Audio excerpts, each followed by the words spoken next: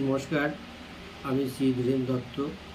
আজকে বলবো কিছু কিছু রাশি, যেমন 6টা রাশি, বিশেষ করে বৃষ, মিথুন, কন্যা, তুলা, মকর এবং কুম্ভ রাশি। এই 6টি রাশিকে রাহুর বন্ধু রাশি বা প্রিয় রাশি বলে বলা হয়।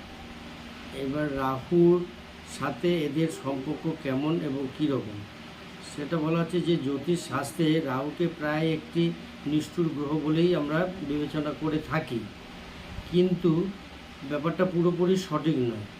রাহুকে কেবল দুঃখ কষ্ট দেওয়ায় এটা ঠিক না, বরং যদি একটি জন্মকুণ্ডলিতে বা মিত্র রাশিতে শুভভাবে অবস্থান করে, তবে এটি একজন ব্যক্তি কিন্তু দারিদ্র থেকে উচ্চ জায়গা সম্পূর্ণ পৌঁছে দিতে পারে।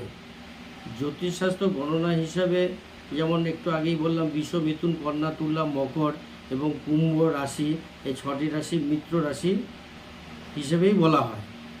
এবার আসুন দেখা যাক কোন রাশির সাথে কী সম্পর্ক, কীভাবে উন্নতি করে দেখায়।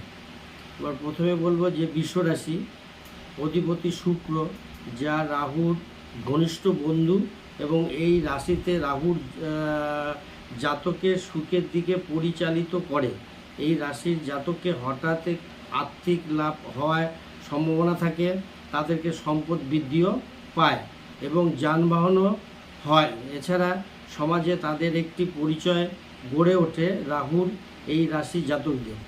এইসব ধরনের আরাম বিলাসিতা প্রদান করে থাকে এই রাহু বৃষ রাশির উপরে। এবার নেক্সট আমি মিথুন রাশিতে যাচ্ছি।